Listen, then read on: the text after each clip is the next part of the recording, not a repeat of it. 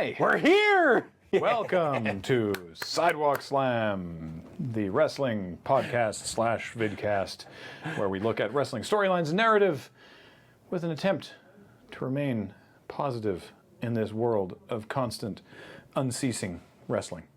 Yeah, it's so much. We're so far behind again. So feels like 2016 all over again. I was going to say, back at it again, because we recorded this episode once. It was so good. It was a really good episode. It was 2 hours, and then all the audio went away.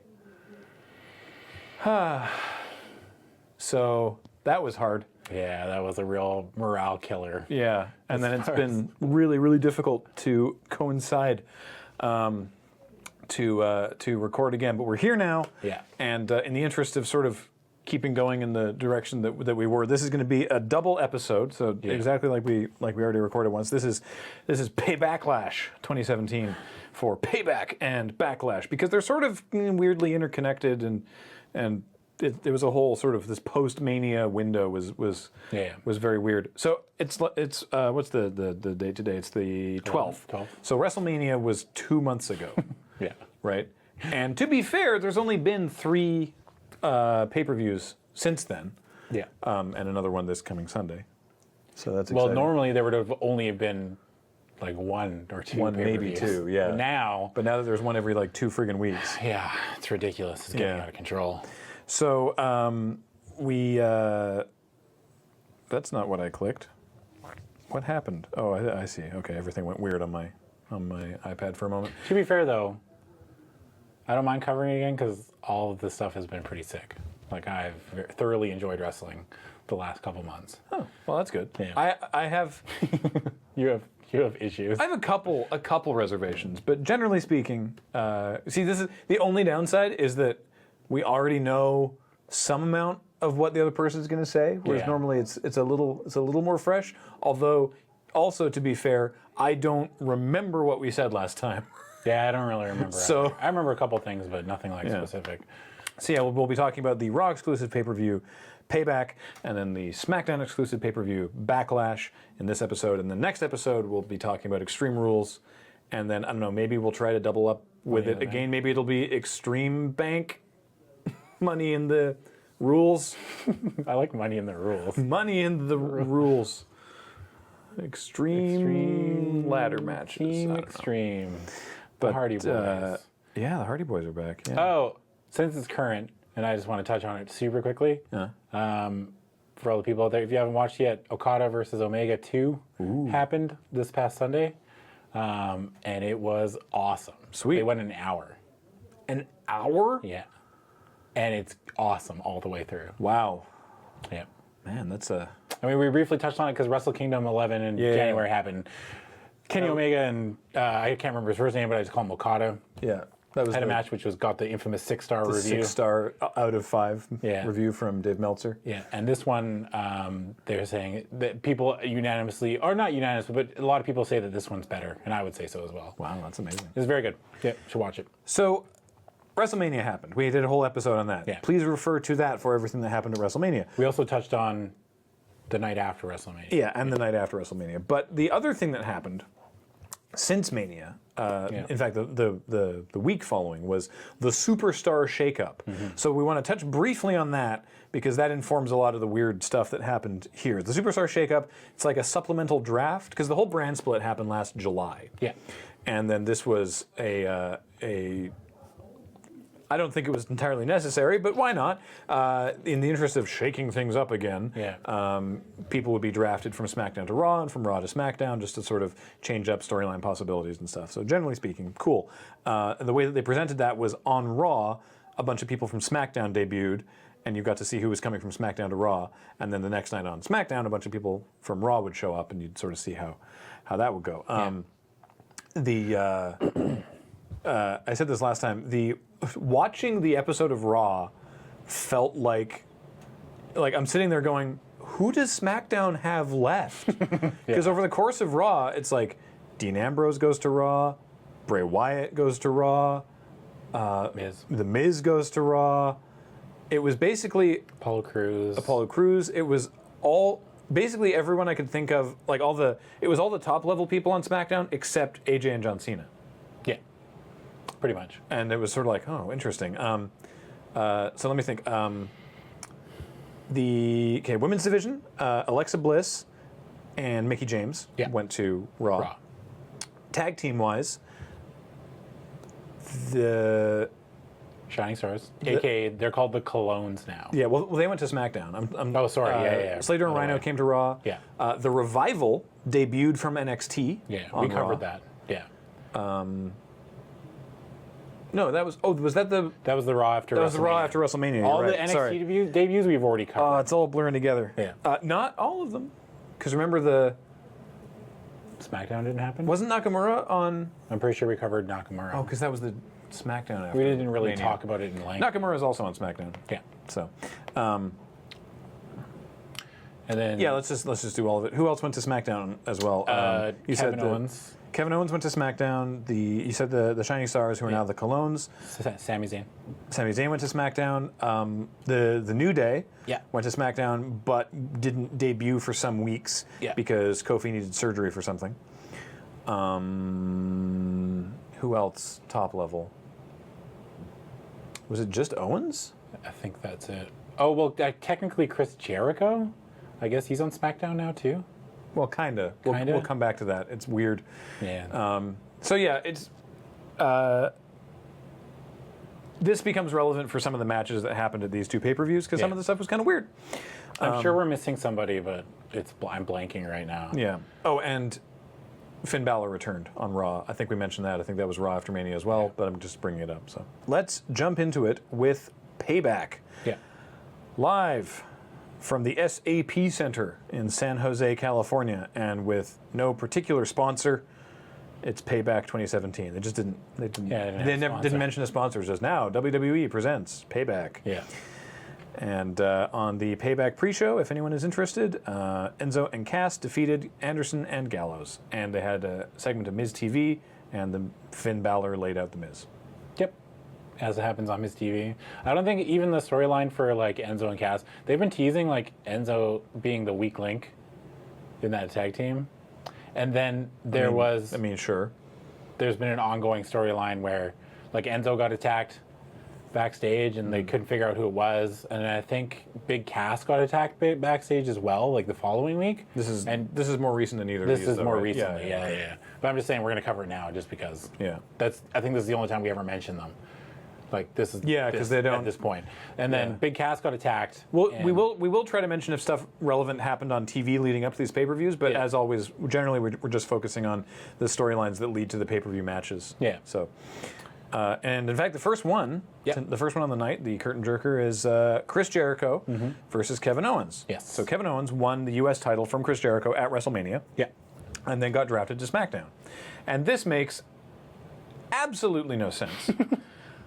It feels like the whole superstar shakeup was handled very badly. Slapdash. Yes. Is that the word I'm looking for? Yeah. Like kind of like I don't know, just fucking I don't know, move him over here. And I am positive that that's the case. Yeah. That it was given about that much care. Yeah. Because it's like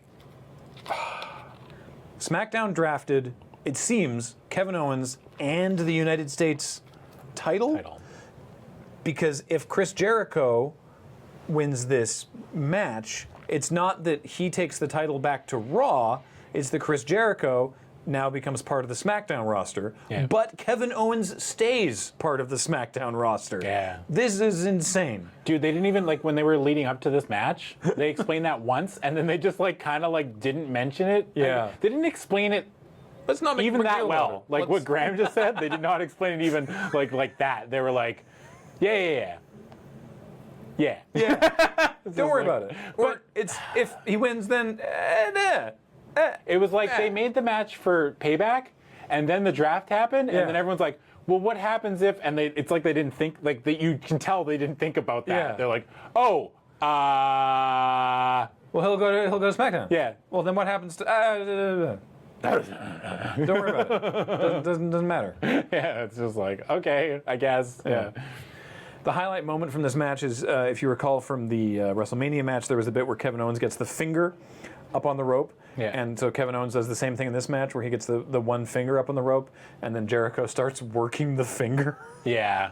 Ring psychology, he starts targeting the finger. It was so sick. Even like leading up to this, I'm trying to remember, God, it was so long ago, I'm trying to remember the build-up. I don't think they had like a ton of, like, there was no like memorable moment of them. Well, I guess like, there was a great... They were on different brands for part of it. Yeah, there was a great, actually, leading up to this, Kevin Owens has decided, like on the debut, when he debuted on SmackDown, Yeah.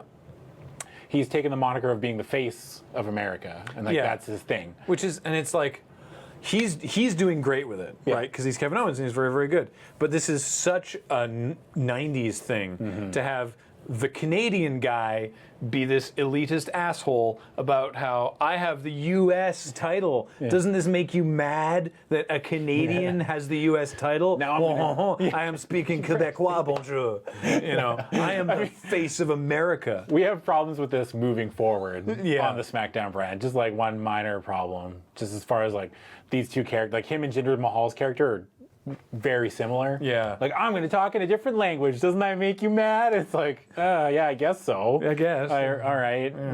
Not me. I'm like, yeah, diversity. Yeah. Like cheering. It was great too on the entrance to this. I don't know if he did it on SmackDown, but Kevin Owens doesn't walk, like his face on the entrance, like, you know, they put images on the ground. Kevin Owens' face is like the big thing. And especially on this pay-per-view is when I noticed it, and I didn't go back to look, but he doesn't walk on his own face. He walks around. When he does his entrance, he walks around the head and goes down. Yeah, it's great. It's just so awesome. Yeah, I love that moment. Chris Jericho wins with the Walls of Jericho. Match was fun. So Chris Jericho is now the United States champion and now on the SmackDown roster, but so is Kevin Owens. There was a brilliant moment after this match was over, and Chris Jericho was celebrating, and then this little kid had a list of Jericho, and Jericho took it from him and wrote KO on it, and then signed it for himself and gave it to the kid. It was a really nice little moment. That is like, nice. Oh, that's so cool, man. That kid must be so excited. The fallout from this match was that later they would have a title match on SmackDown. Yeah. And Kevin Owens would win the title and then beat the crap out of Jericho after the match. Sending him to tour with Fozzy. Putting him out of action. Yeah, exactly. Sending him on tour with his band. The rock band that he has for fun. Yeah. I mean, like we all knew that Jericho was going on tour at soon. some point, yeah. Not we all, but I mean like us internet wrestling nerds knew that Jericho was leaving at some point. Yeah. And I was really surprised that I think they did Jericho winning just because like kind of throw us a curveball because they were like, oh, well, I mean, Owens retains and then Jericho goes on tour, right? Yeah. But then as soon as like they named the rematch, it's like, oh, okay, well, Owens wins. This is the problem with being an internet wrestling fan. It's like, oh, okay, well, now I guess that Owens is winning the title back like 2 days later. Okay, all right. Yeah. I don't know, it was fun. I liked it. Now, going forward, AJ Styles is the #1 contender for the... Actually, in the build, it was weird because even on the build-up to Payback, there was a #1 contenders match for the U.S. title between AJ Styles, Sami Zayn, and Baron Corbin. Right. And AJ Styles wins it. And so he's the #1 contender. But Chris Jericho is still having a match with Kevin Owens for the U.S. title. And they were like, well, because Jericho was technically on Raw still, because Jericho hadn't been drafted. Right. So they were like, okay, well, what if it was weird just the way it was set up, and it was like, okay, AJ Styles is the #1 contender, and I guess if Chris Jericho wins, he moves to SmackDown, and if Kevin Owens loses, he still stays on SmackDown because he got drafted to SmackDown. They didn't draft the title. You know what I mean? Like, it's so fucking stupid. But the build-up was like a little bit of AJ interacting with Kevin Owens. Yeah. Trying to keep like this weird weaving, and WWE isn't really known for being able to like do this all clean and like, you know, like they are not. To take these threads and make them a cohesive thing. It was just more kind of like, it felt so thrown together, really. Yeah. I mean, it's worked out. It's been a lot of fun moving forward, but yeah, anyway. Next match, Cruiserweight Championship match, Austin Aries versus Neville, a WrestleMania rematch. Yep. Man, I love Neville and what they've done with him as the king of the Cruiserweights.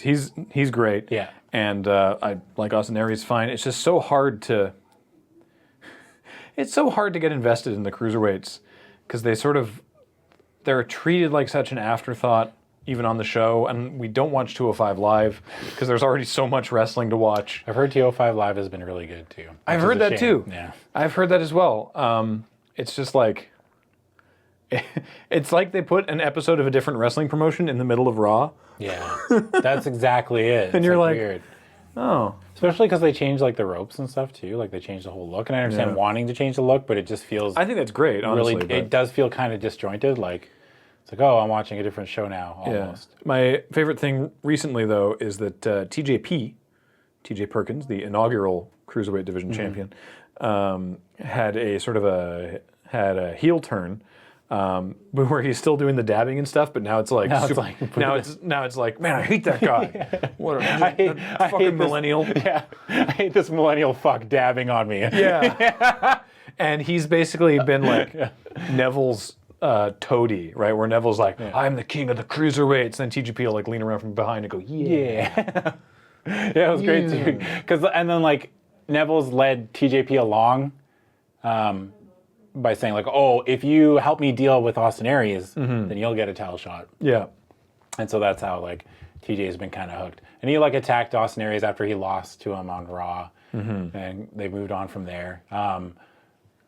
The match itself I thought it was really good. It was a lot of fun. Yeah. Like they're just two solid workers. A lot of people said that this wasn't as good as the WrestleMania match, but I thought it was just as good. Like maybe not better, but like on the same level.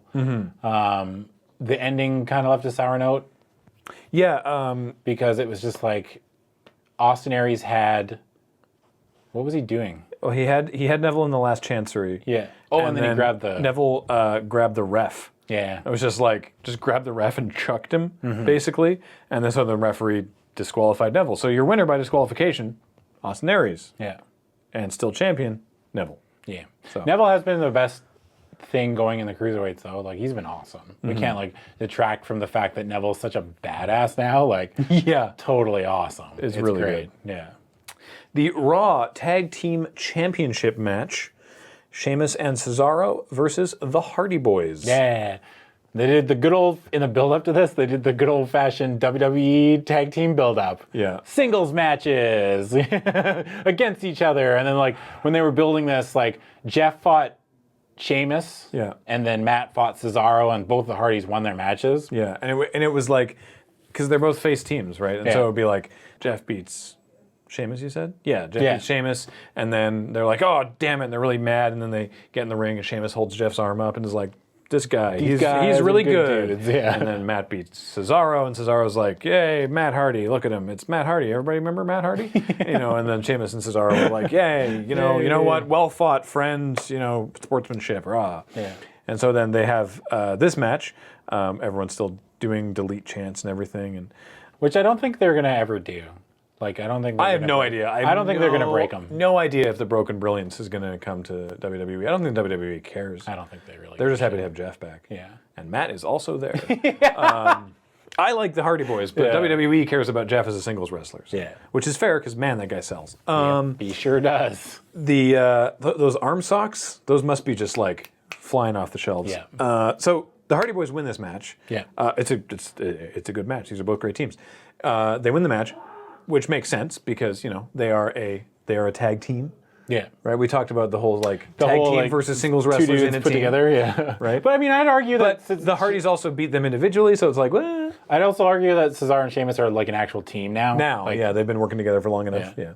So the Hardy Boys win, and then Sheamus and Cesaro get in, and they're like, "Hey, look, it's the Hardy Boys," and they both, they're both like, everyone's a winner. They're both like really frustrated and exhausted, but they sort of rally, and they're like, "All right, these guys are great," and they raise their hands up in the air, and then they snap and beat the shit out of the Hardy Boys. Yeah, heel turn for Sheamus and Cesaro. Yeah. Handled well, great build, made sense in character. Yep. They got frustrated and they did it WWE. Yeah. Yep. They got there. Got some boos. They kicked the crap out of the Hardys. Oh, in this match, fucking Cesaro boots Jeff's tooth out of his mouth. Oh, yeah. Kicks him straight in the head. His actual tooth. Yeah. It was pretty clean though. It wasn't blood or anything. It was surprising. I think it just broke. Yeah. After the beatdown, Matt's bleeding a bit from the scalp after the post-match beatdown. Oh, okay, yeah. But really good transition there. Yep. The Raw Women's Championship.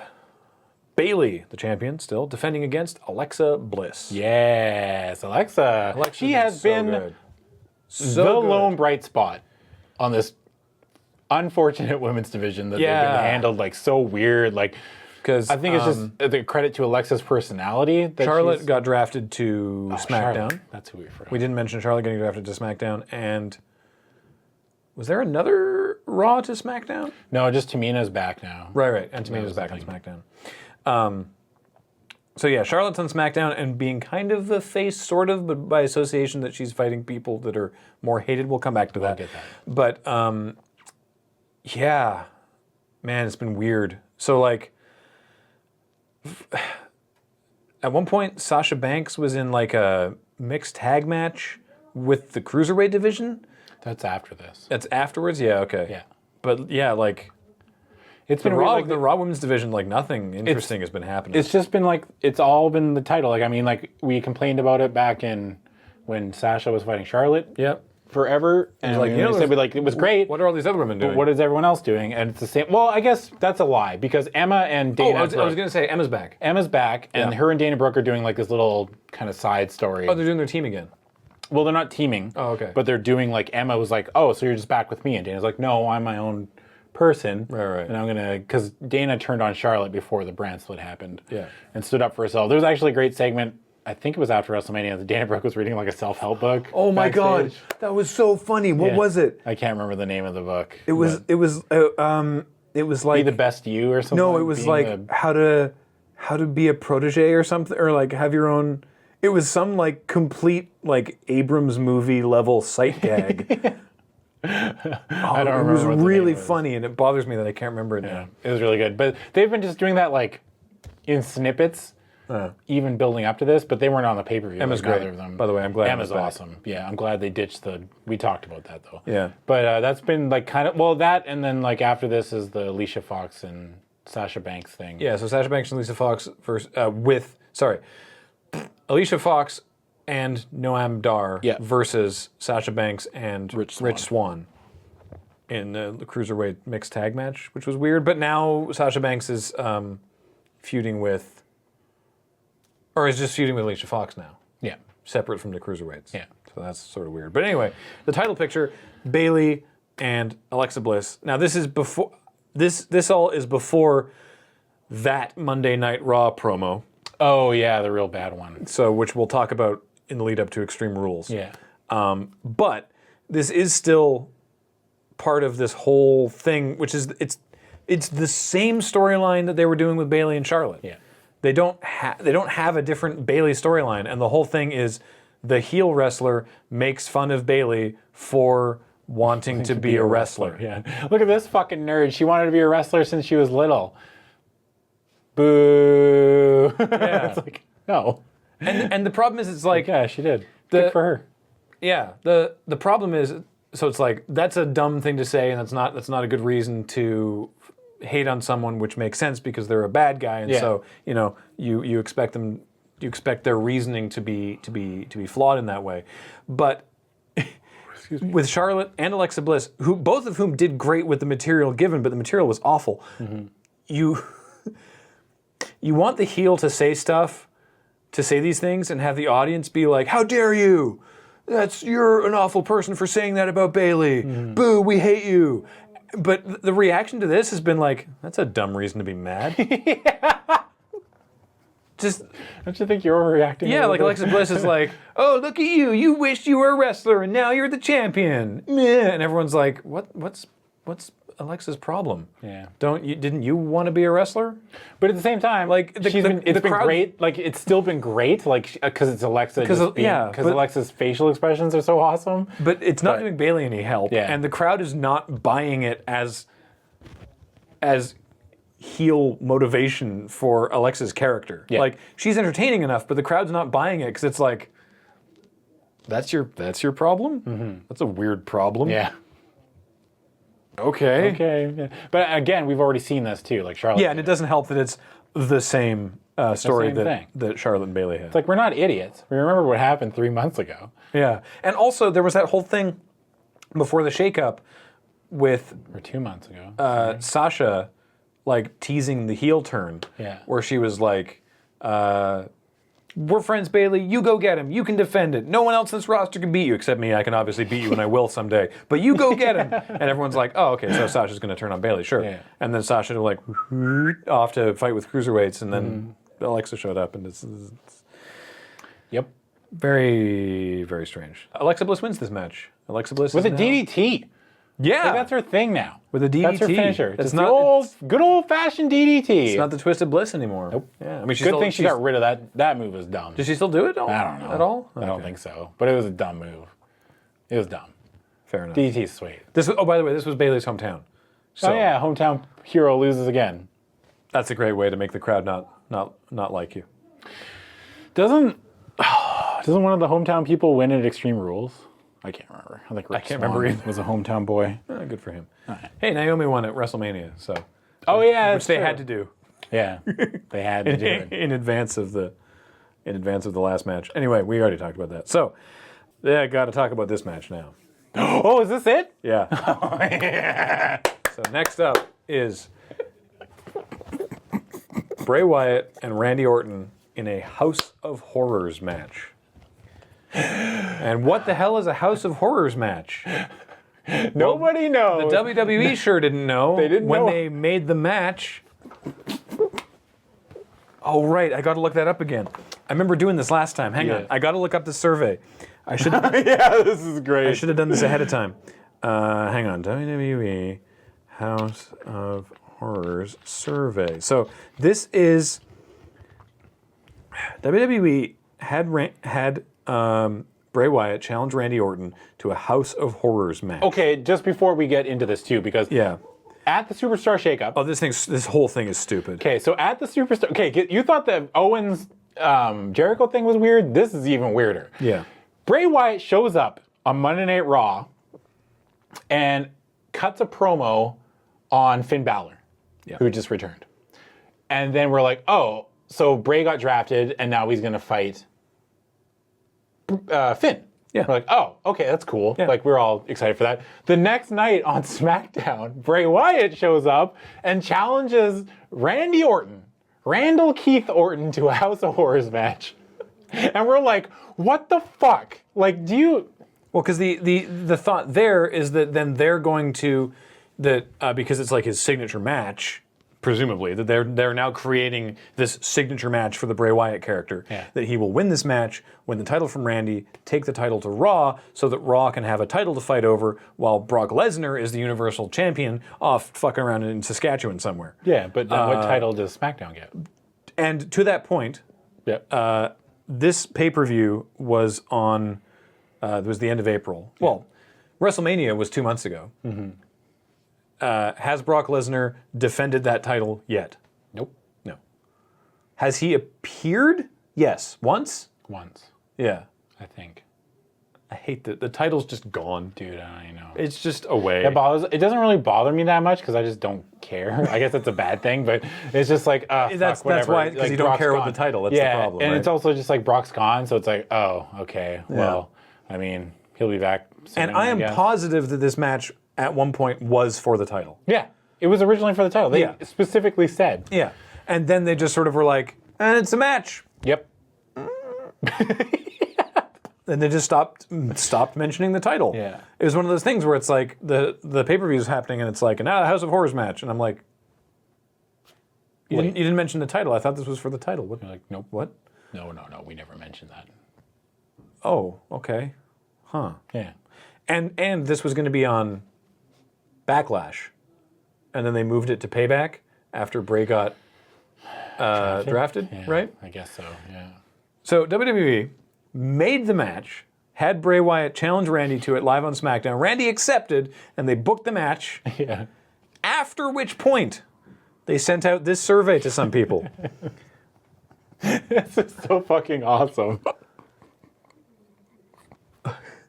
What do you think of when you hear a House of Horrors match? With a text field. What would you expect to see as part of the House of Horrors match?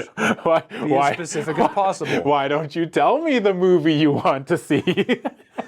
And then a multiple choice. Select from the list below the kind of elements that would interest you as part of a House of Horrors match. If I may. Cage. Darkness. Fire. Pitchforks. Sheeple, in quotation marks. Mirrors. Projected images. Fog. A match set outside the arena. Creepy/scary. And music. Oh, I love how mirrors is a thing. Mirrors. Mirrors, like I was hoping that, or I would hope that the mirrors they use would be like the Funhouse mirrors. You know, like the ones that make you look like all wavy or like a real tiny Bray Wyatt. Yeah.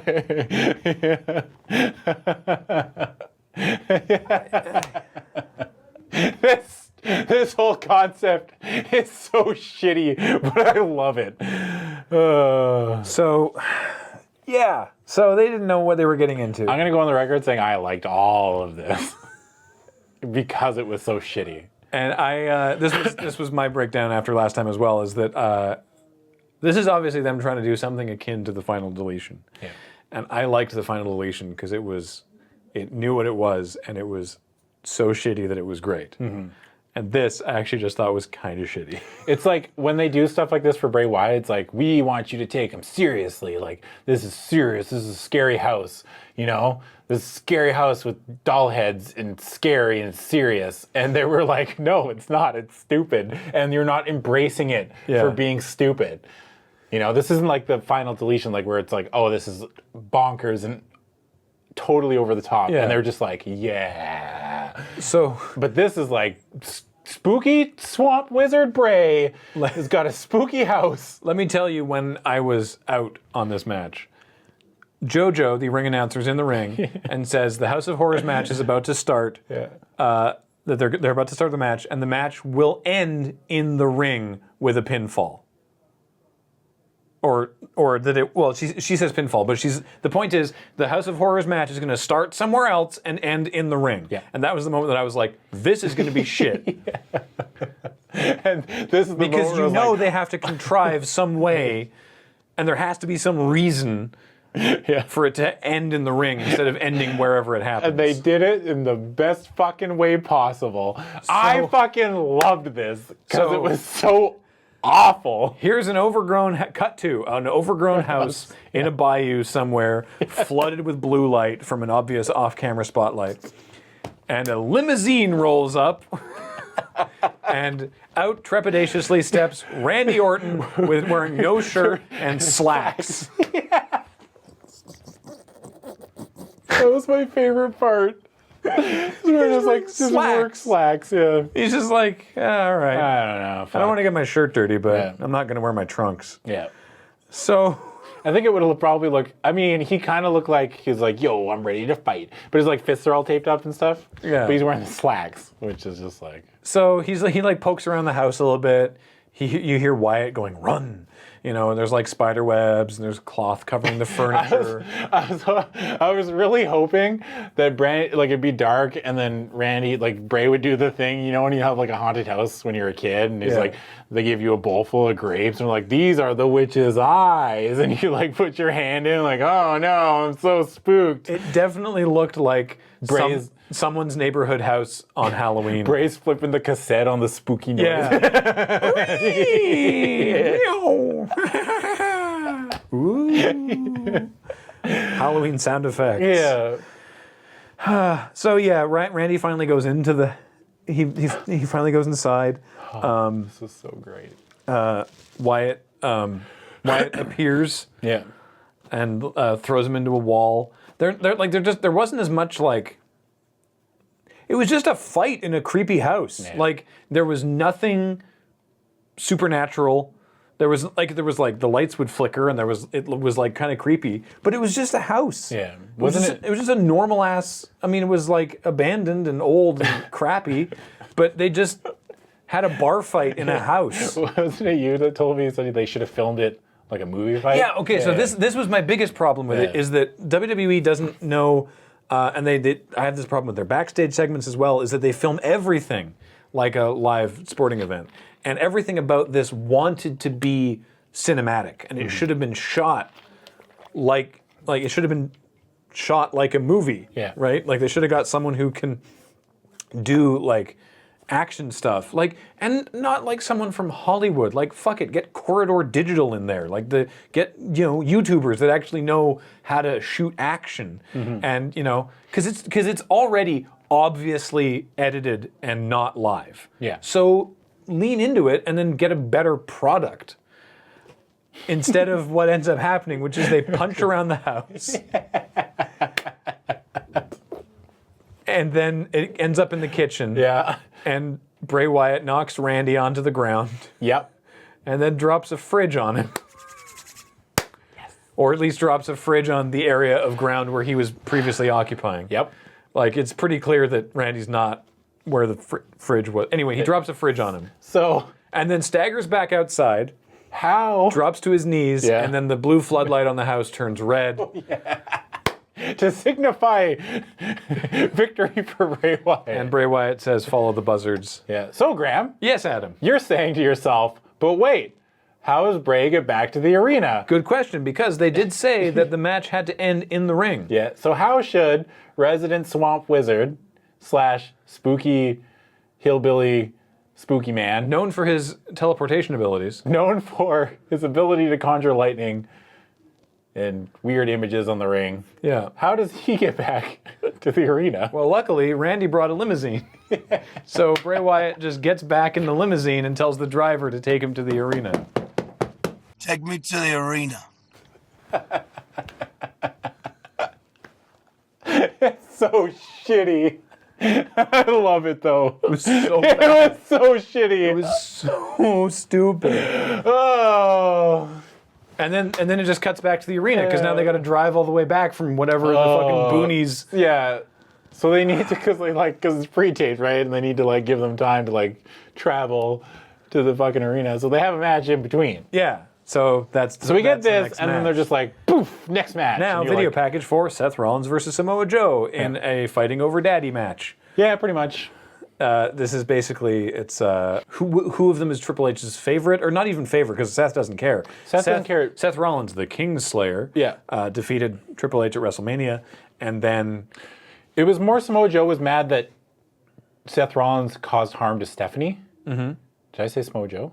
yes, Yeah, Samoa Joe was mad that Seth Rollins hurt or caused was directly responsible for Stephanie getting hurt yeah, at WrestleMania. So that was like his thing leading into this. But I mean, like, Joe has been awesome on the main roster. Like, fucking awesome. he's been great. so great. I'm so dude. glad that we finally get to see Samoa Joe on Monday Night Raw. It should have happened years ago. Dude, but, his man. fucking promos are amazing. He's And it's great. just, like, He's it's really good. awesome. Awesome. Yeah. Can't say enough good things. Every time I'm watching Raw, I'm like, I hope I get to see lots of Samoa Joe today. Like, that's all I want. The interview promo he did with like the sit-down interview with Michael Cole. I think we talked about that last time because he debuted before WrestleMania. Yeah. And we talked about the sit down. Yeah, where he got really upset that he just kept on asking about Triple H. Yeah. Yeah. So fucking good. Yeah. And it's a shame because I feel very similarly to the Alexa Bliss thing, where I think that she's doing great and her material's not great. And I think Samoa Joe's doing great, and that this weird rivalry with Seth Rollins doesn't make a lot of sense. That, like, I don't know why Samoa Joe is so mad at Seth for, like, clearly, like, Well, Samoa Joe's thing is that he's like, oh, Triple H gave me all this break. Yeah. And it's like, I owe him everything. So it's like, now I need to make sure that anybody who wrongs Triple H or Stephanie yeah. gets. But it's like, you have eyes. You saw that Seth didn't hurt Steph. Yeah, but that doesn't matter. I know. Graham. I know. He's a heel. I know. He does what he wants. Logic goes right. When you're a heel, Yeah. logic is a thing reserved for a word in the dictionary. It's not a Joe's real. gonna kill you. It's not a real thing. It's just True. you take it, you throw it out the window. Speaking of Joe's Gonna Kill You, by the way. Yeah. Because Joe's Gonna Kill You was a chant many years back from the Indies and in TNA. And Joe's Gonna Kill You. Yep. And it got applied to various other wrestlers over the years, and most recently Asuka in NXT. Right, Asuka's gonna kill Asuka you. is gonna kill you. Asuka's undefeated streak has now eclipsed Goldberg's. What? Asuka has a longer undefeated streak than Goldberg.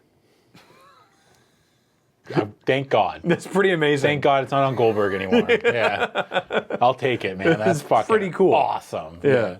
Anyway, brief That's so aside, cool. because that doesn't come up anywhere. Like in these length shows. or like wins? Kayfabe No, like wins? matches. Matches? Like number of singles matches. That's so fucking Yeah. rad. That's so rad. That's cool.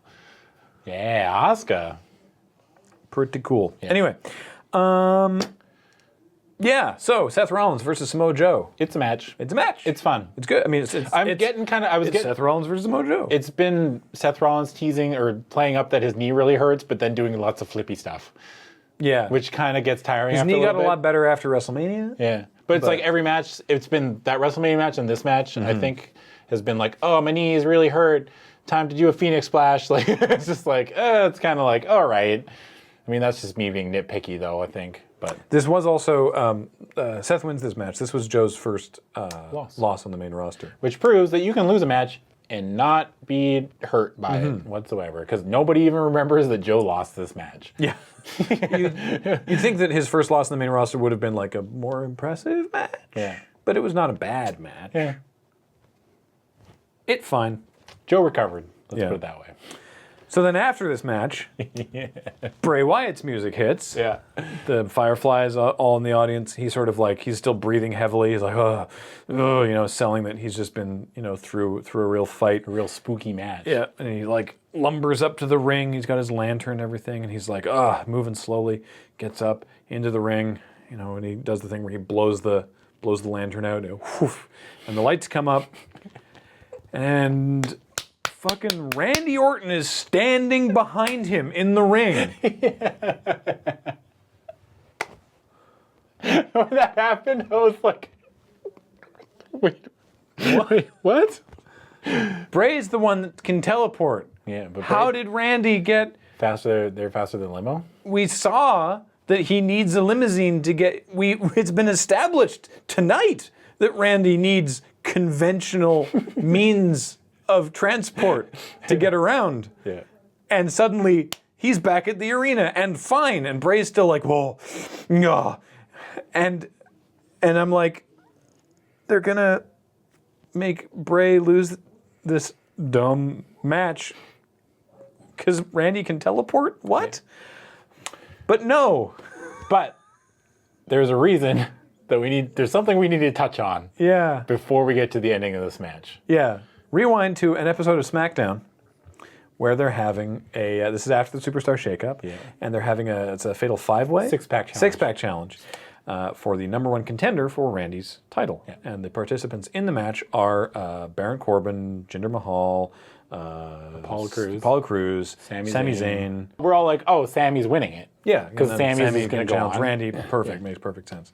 And then like out of nowhere, and partly due to some interference, the Bollywood Boys, formerly the Bollywood Boys from the Cruiserweight division and briefly in NXT, now known as the Singh Brothers, due to interference from them, Jinder Mahal wins the number one contendership for Randy's WWE Championship.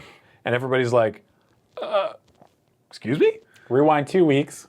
Jinder Mahal's getting punked out by Gronkowski 2 weeks in a row. Yeah. Yeah. Like he got his ass kicked by a non-wrestler at WrestleMania and then again on SmackDown. Yeah. I think he'd won like prior to that, he was him and Rusev at the pre-Mania pay-per-view, him and Rusev Fought Big Show and somebody else, Cesaro. Big Show and Cesaro, because there was that whole... There was that weird, like, because they were a tag team briefly. Yeah. Yeah, and I was like, and that was that was when Goldberg, that was Fastlane. It was when Goldberg beat Kevin Owens. Yeah. And I did that like fake out joke on the podcast where I was like, man, Goldberg beat Kevin Owens. If you told me that in 2017 I'd be seeing Jinder Mahal in a singles match on a pay-per-view, I wouldn't believe you, right? And like he was not winning matches, and then suddenly he's the number one contender, and everyone's like, that's weird.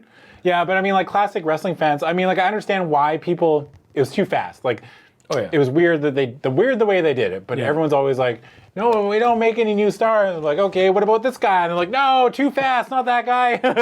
You're doing it wrong. Yeah. So that was weird that he was the number one contender, and so then we get to this match, and Randy's back in the ring, and he looks like he's about to attack a much more tired, for some reason, Bray Wyatt, when the Singh brothers and Jinder Mahal run in and attack Randy, and Bray Wyatt's able to land a Sister Abigail and win the match. So Bray Wyatt's signature match, I think, looked bad, and he only won because of interference. Yep.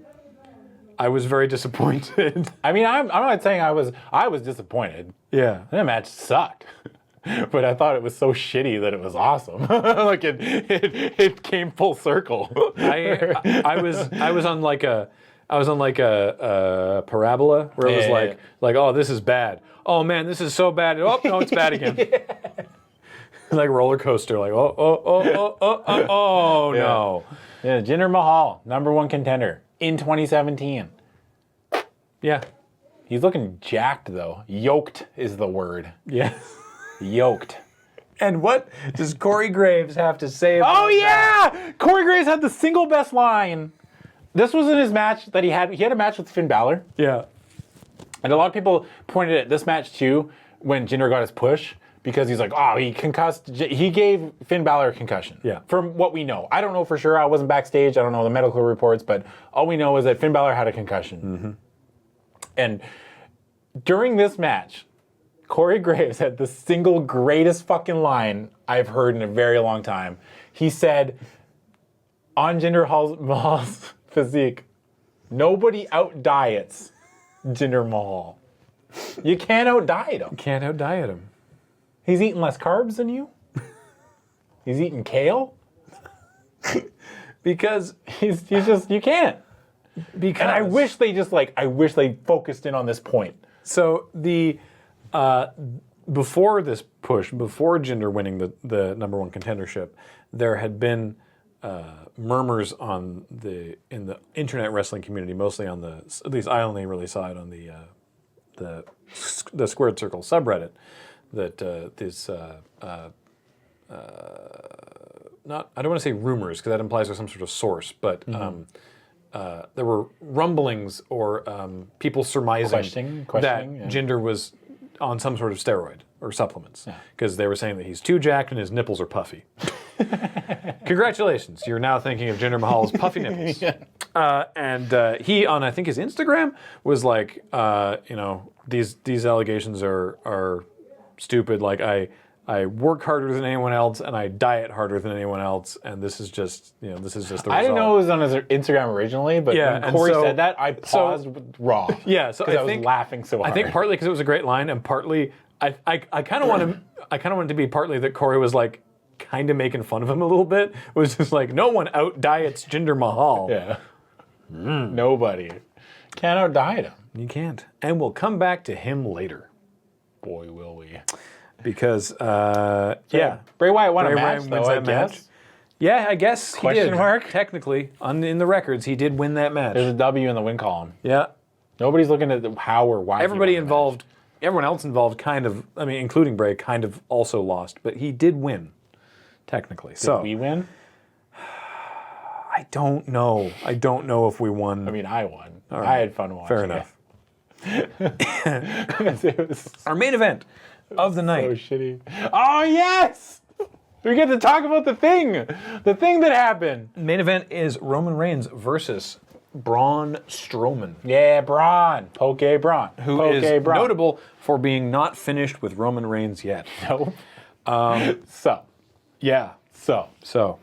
I linked it on my Twitter because it was way too awesome not to watch. This, I can't remember, I wish I could remember the date, but this whole episode of Monday Night Raw was campy, and it was amazing. Like, there was bits with Kurt Angle that were silly, there was like goofy stuff happening elsewhere. It was actually just like fun. Yeah. It was just a fun episode of Raw, and I was like, man, this is great. Yeah. And then other episodes since then were not as great. But yeah, so Roman Reigns and Braun Strowman have had their differences in the past, and Roman's being interviewed backstage, and then out of nowhere, Braun Strowman just attacks him. Yeah. Starts just going nuts on him backstage. and like chucks him into a wall and then like throws a road case at him. And they did it. They like there was obviously some sort of stopper either attached to the case or to the wall that obscured it, but like what it looked like was that the road case just smashed Roman's head between the case and the wall because he just pushes it and it goes wham. That was and bounces off. One of those things that happened that I was like, I really want to know how they did that shot, and it still bothers me like to this day. Yeah. When they re-show the thing, I'm like, how did they make it look so good? I want to know. Like it was just a stopper. Like it's just something really simple. It's like a bit of wood drilled to the end of the road. It looks case so great. Yeah. And so and then like knocks him around a bit and then starts to walk away and then comes back and beats him up some more. And there's trainers and referees there and they're all like, Braun, stop! You know, and they like push him away and everything. And then, you know, eventually Braun leaves him alone. And then one of the trainers is like, oh, somebody had him switch to kill. Who did that? Let's take him back to So then more Monday Night Raw happens and they cut backstage again and Roman's now on a stretcher and he's being wheeled towards an ambulance. And the now oft-quoted phrase, "I'm not finished with you," as Braun reappears, grabs, because this was also kind of shot with a little bit of cinematography, but it was also plausible for it to have just been a backstage camera because it would have been in context. Yeah. I have a lot of thoughts about how they shoot stuff. Anyway, Braun grabs the stretcher, rolls it out onto the loading dock. There's an obvious point for there to be a cut so that it's now, you know that it's now a dummy on the stretcher. And he just fucking flips it off the loading dock and just eats shit falling off the dock. To this day, people are calling it the greatest babyface turn of the millennium. Because we were supposed to boo Braun this whole time. But it was great. It was awesome. It was so good. Yeah. And so, and then they're like, there's like another cut, and then they're helping Roman out from under this stretcher in a different position than it landed at the bottom of the loading dock. And then it goes back to Monday Night Raw, and then it cuts back again later as he's being loaded into the ambulance. And Roman Reigns is on the stretcher in the ambulance with EMTs. But Braun is not finished with you. And he bursts into the ambulance, the doctor and like the EMTs run away, punches Roman a couple times, gets out of the ambulance, shuts the door, walks around the side, and he fucking flips the ambulance. He sure does. He flips the ambulance. The best part was you could hear the winch like pulling the ambulance over because he's not gonna like. He just goes around the side and deadlifts it. Yeah. Right? He's just like. It's so fucking rad. It's so great. It was awesome. Cartoony and amazing. Yeah. And yeah. What's the damage modifier on being flipped in an ambulance? It's like 400%. So you're tied to a stretcher. Yeah. That presumably isn't necessarily tethered to the floor of the ambulance. Yeah. Man, I don't know. There's syringes in the ambulance. Oh, that's dangerous. What if they left the And like oxygen tanks. pacemaker plugged in And like sure they have and stuff active? Sure they have charged. So another 100%. Sure they have stuff restrained, but they're not going to bank on the ambulance flipping onto its side. by a wrestleman. I'm gonna go with 600%. It doesn't come up often, so I'm prepared to meet you on that. Yeah, 600%. So that was fantastic, and I think the Big Show match was after this pay-per-view. Yeah. Yeah. Okay. Later, Strowman would have a main event on Raw with the Big Show, and they did that thing that they did some years ago with I think it was Big Show and Lesnar. Yeah. Where or Mark Henry and somebody else. yeah, I think this is the third time that they've done it, but it's a good bit where Strowman suplexed Big Show from the second rope. Yeah. So like huge elevation, just a big thing, and then he hits the ring, and the whole ring collapses. And the ref took like the hardest bump. Well, because the ref was supporting his weight on one of the ropes, and as soon as the ring collapsed, the ropes just turned completely slack, and he just goes whoop out the back of the ring. Ass over tea kettle. He took a really bad fall. It was real bad. Yeah. Yeah. And so, poof, yeah. Dude, Roman took a grade A ass whooping in this match. It was awesome. He sold his ass off for Braun. Yeah. I can't remember any like specific spots because it's been like a fucking month and a half since I watched it. Yeah, sorry we're not getting super specific on stuff. I'm sorry. But you know, you gotta cut some slack. You get the overall thoughts. Yeah. It was fun though. I just remember Roman getting his ass whooped. Yeah, because Braun wins this match. Yeah. And then Braun keeps on beating up Roman after the match. Yeah, he isn't finished with you. Dude, he does he takes the stairs and just like whomp, like right on top of Roman's chest, and it was like, oh my god, I thought he killed him. Like, Yeah. I thought that was it. I thought he was dead. Face turn of the millennium. There's a loud "Thank you, Strowman" chant. Oh, after the ambulance flip. Yeah. There's a even after the ambulance flip, that crowd was like, "Thank you, Strowman," or Yeah. "You deserve it." That's with the "You deserve it" to Roman. Yeah, that's what it was. After he got flipped off the loading dock, the crowd was chanting, "You deserve it." There was a "Thank you, Strowman" match chant after this. Yeah. By the way, did you hear Miz completely this is completely unrelated and fast forwarding, but Miz got the IC title back recently, and the crowd was on the Monday Night Raw the next night. The crowd was doing "You Deserve It" to the Miz because people like the Miz for being a great performer, even though his character is awful, and. Miz was like, that would feel a lot more sincere if you didn't do it to literally everybody who gets a crown. And it's just like, that's awesome. Because it's like, that's amazing for in character, and it's also true. Yeah. Because, like, we talked about this before, actually, the whole I think the "You Deserve It" chants are great.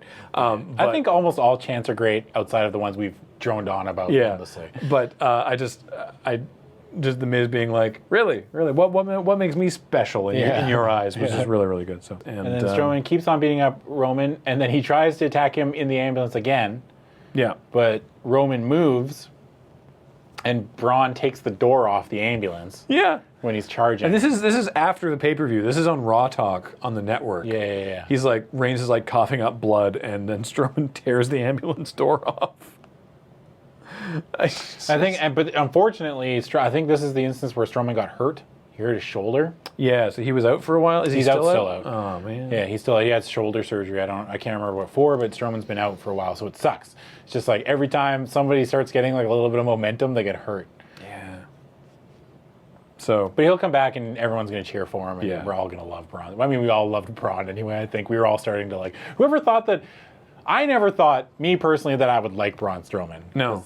I have said before that the guy that archetype in wrestling I never generally like the guy that was fast-tracked through NXT to be part of the Wyatt family just because he was real big. Yeah. But he's turned out awesome. He's been great. He's been the surprise at least. Did we mention him as a surprise last year? I don't think he was really kind of getting much traction. He was still just doing squash matches. I mean, we were like, oh, he's kind of cool. I like but this year, matches. I think, has been his year so far. Absolutely, yeah. And then, a couple weeks after that, was Backlash 2017. Live from the Allstate Arena in Rosemont, Illinois, and brought to you by Rocket League. Yes. Who's doing a big marketing push right now. It's Backlash, featuring and teased with Schinsky Nakamura's first match on the main roster.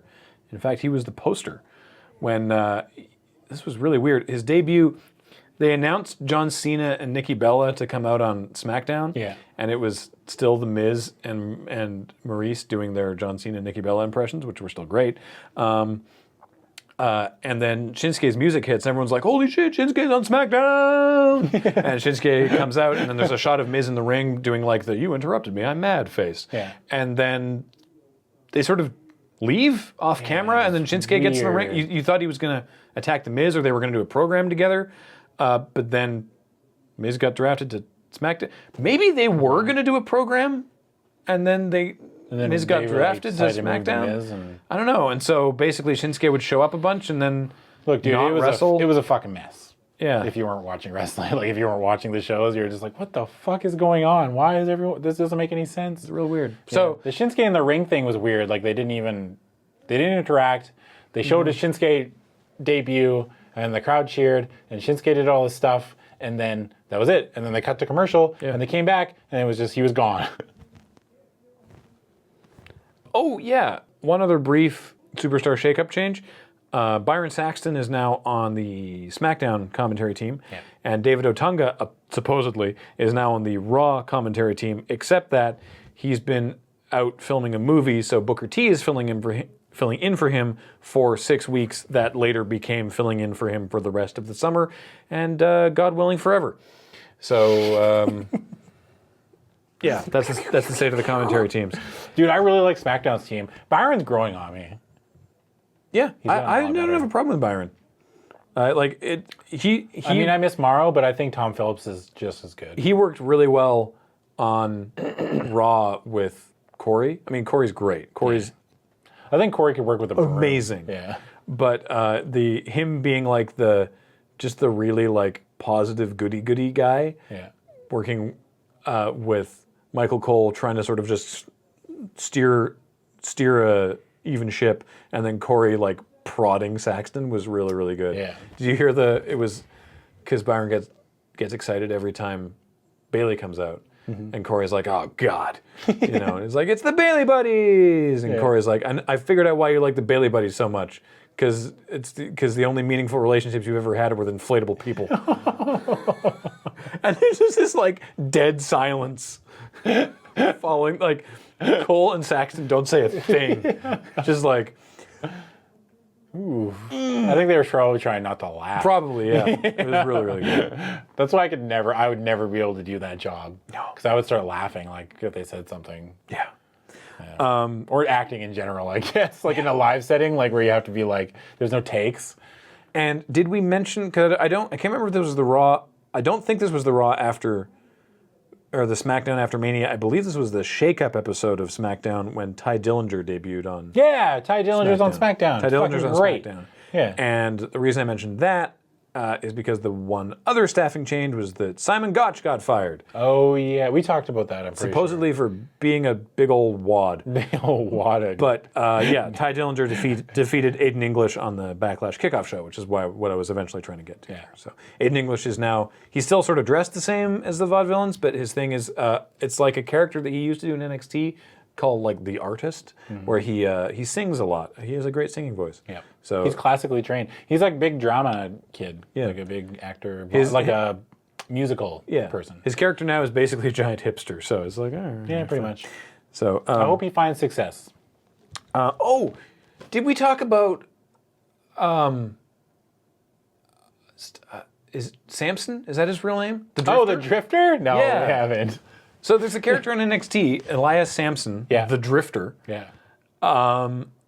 who has just been showing up. Well, he lost a match to Cassius Ohno in NXT. Yeah. It was a loser leaves NXT. Yeah. So he lost to Cassius Ohno. Yeah. And then all of a sudden he starts showing, it's actually been awesome. Yeah. He shows up at Raw, like backstage, when two people are like, doing like backstage stuff, and you see Elias like walk through playing his guitar, and they kind of just like stop what they're doing, and they're like, Did you see the one? I can't remember where it was, but there was one shot. I think it was during Payback, but there was like the hard camera like during a match, and you know like the aisle between the floor seats and the risers. Yeah. And he's just walking through the background of the hard I camera noticed that. with his guitar on his shoulder. Yeah. And you're like, holy shit, what the? What's going on? What? It's like seeing Bigfoot. Yeah. It's like, there he is. Yeah. Yeah. So, and then he, but now he's graduated to singing songs in the ring. Oh, cool. And he, at Extreme Rules, they had this weird thing where like he started playing a song. Huh. In the middle of the ring. Anyway, we'll get to that. But yeah, and also, sorry, I mean, we should have mentioned this, but Apollo Crews moved to Raw. Oh, yeah. So because this isn't relevant for the pay-per-views. So Yeah. Apollo Crews is on Raw, and He's been doing this thing with Titus, because Titus had the Titus, we've talked about the Titus brand. Titus brand. Yeah. And then whatever. Titus has recruited Apollo Crews to his little Titus brand. Yeah, like involuntarily. He's like, you're part of the Titus brand now. I'm going to help you. Your star's on the rise. And Apollo's like, I'm too polite to say no. It's been nice though. We've seen a little bit of like A little bit. It's something. It's interesting because we talked about this before that this has helped Titus way more than it's helped Apollo Crews. Yeah. Because Titus has been like getting a lot to work with and Apollo Crews has basically just sort of been like, I'm uncomfortable that this man is trying to speak for me. Yeah. You know? And Titus, he came down to the ring and was like talking shit, and Kurt Angle was like, well, you actually have a match, Titus. And Titus is like, I'm in my suit. I'm not ready for this. What's going on? And so Apollo Crews has been sort of under Titus's wing. And he's been losing every match. And again, not by choice. Yeah. I think he's just sort of going along with it, but he's not like, he didn't ask for this, is basically the point. I don't know where they're going with it, but at least it's something for Apollo, like, right? Like they're giving him something. So our first match of the card is Shinsuke Nakamura in his first main roster match versus Dolph Ziggler. And I was like, I'm excited to see that because First things first, why the fuck did they change Shinsuke Nakamura's graphic? Oh, yeah. We were upset. We were both really upset. I remember Graham posted in the Slack, is like, showed a picture and it's not just the font, because you know me and you know that I'm a font nerd. It's that originally when it was the big block, slightly italicized, like red lettering on black, so good. right? And it just looked like it looked like Akira, right? It just looked like like Japan, right? It was like big scary Japanese cinema, like blam. Yeah. And now it's like this yellow with a drop shadow and this lame ass like Chinese takeaway font, and it's like it looks like a Westerner's idea of Japan rather than Japan's idea of Japan. Yeah. And it's like it's a letdown. It's a minor nitpick, but at least it's like at least feels, his music's still good. It just feels like such a weird change, a random change too. Yeah. Like the other font, I don't know. I was just really partial to it. I really liked it. Yeah. This whole feud was just Dolph Ziggler being really upset as to why everyone thought Shinsuke was so great when he hadn't done anything in the WWE. Yeah. That was basically it. Yep. There was a neat little backstage segment that Dolph Ziggler was like, I made a video package of all the stuff that Shinsuke's done in the WWE. And then he like clicked play and then it was just like a blank screen. It was pretty funny. I laughed. I was like, good. Ziggler's a heel still, in case that was unclear. Yeah. I don't know how much we touched on the turn. We did. So yeah, long we touched ago. on it. He headbutted Apollo Crews. Right. Yeah. Guy who goes hard, guy who sells well, put him in a ring together. Match. And it's a lot of fun. A fun match that could have been a lot better Yeah. with the talent between the two of them, but I guess they just didn't quite click quite as Some well people as just don't click. Like it's quite as well as maybe they no could matter how have. talented either guy is. Like Yeah. some people just don't click. But it wasn't a bad match. It was just like I was like, oh man, Shinsuke Nakamura and Dolph Ziggler, and it was like that match was okay. To be fair though, like they didn't really have much of a story to go off of, right? No, but again, like Shinsuke and Sammy had zero story going into their match, right? So that's why it's like there's a high watermark for Shinsuke Nakamura now. Yeah, that is unfortunate. Yeah. So yeah, not a bad match by any means. Underwhelming, I guess. Yeah. And Shinsuke Nakamura wins. Yep. As you would expect. As expected. Yeah. Yes. Okay. Tag team match. The Usos defending against Breezango. Let's talk about what the best part of SmackDown has been. Yeah. The Fashion Files. Oh my God. They're like set up like Law and Order, like SVU and stuff like that. It plays like the Law and Order opening titles. It's like somewhere there are fashion crimes being committed all the time. This is the story of the people who stopped the fashion crimes. And then it's like Fashion Files. In the modeling and fashionista industry, outfit-based offenses are considered especially repulsive. In the WWE Universe, dedicated garment gumshoes who investigate these faux pas are members of an elite squad known as the Fashion Police. These are their stories. Dun dun. Dun dun. But it's like Breezango and Tyler Breeze doing the dun dun. Like, yeah, like there's them saying like dun dun, and it's them as the Fashion Police, which I think we mentioned that they did before, where they were like handing out. Well, tickets. they never really like established it like this. They were just like, oh, they're the Fashion Police. They just came dressed as cops and they were giving people tickets, but there was never really like dressed a lot as cop strippers. Yeah. Again, like the one they showed up once like in outfits that when you hire a sexy cop, that's what shows up. They were dressed like that, just sort of randomly one time. Yeah. And then they did it again later, but were like handing out tickets to ugly people, and now they're just like codified that like they're the Fashion Police. Yeah. They've been doing all these backstage segments with like. Breezango won I think it was a tag team turmoil match to become the #1 contenders to the Usos. Yeah. And then leading up to Backlash, they did like these Fashion Files things, which were fucking awesome. Yeah. Like them playing up like they're super, like we've talked about this before, like both genuinely funny people. And it's like you give them this thing where they More Southpaw original wrestling, please. yeah, pretty much. And they just talk about like they call the Usos the Uggos and and they've got like their little like offices, and they've got like different fashion crimes of wrestling, like kind of pinned, and they've got the board of like the strings. I don't know if there's an actual term for it, but like the conspiracy board or whatever. Yeah. So it goes to their backstage office, and Fandango's there, and he's like, "Oh, where's my partner?"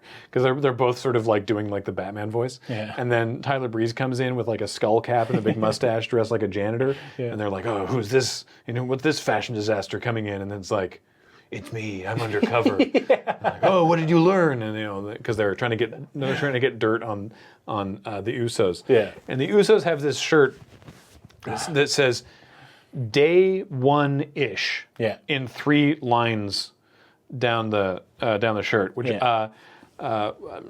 we think the ish is like when they censor like shit. Yeah, we in think, hip hop, but we're not right? It's sure. like we are day one-ish. Like you want to get this on day one. We're not entirely hip sure. kids. Is it a basketball thing? Are they playing hard in the paint again? Oh God, not again. But we're gonna hear about this shit.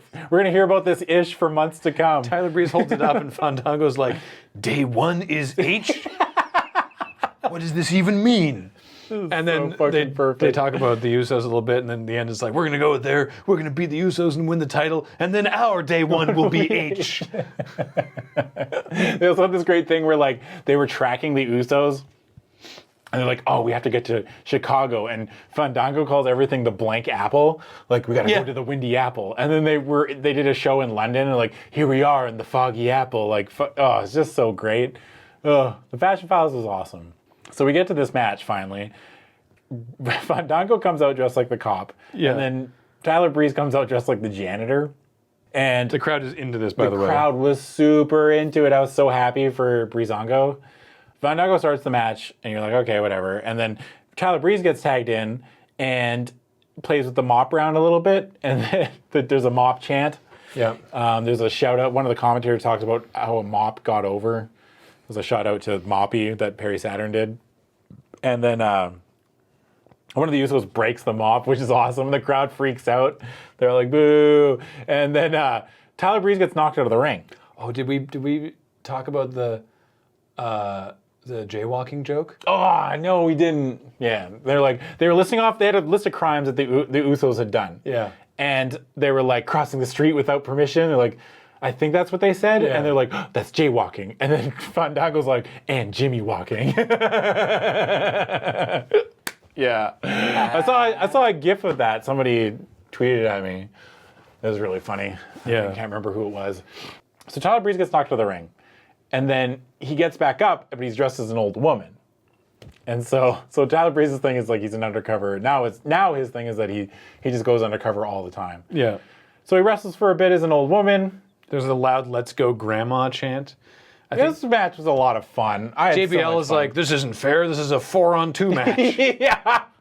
Because you've got Tyler Breeze and Fandango and a janitor and an old woman. Yeah, it was great. The Usos kicked the walker out from old lady Breezango. Yeah. Tyler Breeze. Like it was dumb, but it was so much fun. Like it's just that this is the kind of stuff I like in wrestling. Yeah. Every once in a while, like I don't want it all the time. Yeah. I don't want to eat cheesecake for every meal, but sadly they didn't get there, and the Usos ended up winning. Yeah. But it was such a good match. It was just super, super fun. Yeah, it was great. I'm really looking forward. I really want more Fashion Files and stuff like. Please keep going with them. Don't do the Rhino Heath Slater thing where it's like, oh, we got them super popular, and now we're just going to stop doing the thing. We put the title on them, and then everything stops. Yeah. Please don't you fucking dare. Please learn. Do not ruin this. Please learn. Please be better.